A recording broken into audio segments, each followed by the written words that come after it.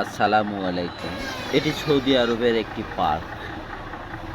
এত সুন্দর, মনোরম পরিবেশ। নিজের চোখে না দেখলে কিছুই বোঝা যাবে না। লেকে এত সুন্দর পানি, পরিষ্কার, এত বড় লেক।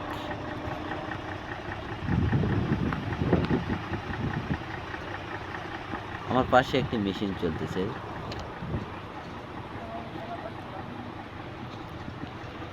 এখানে বাতাস হচ্ছে।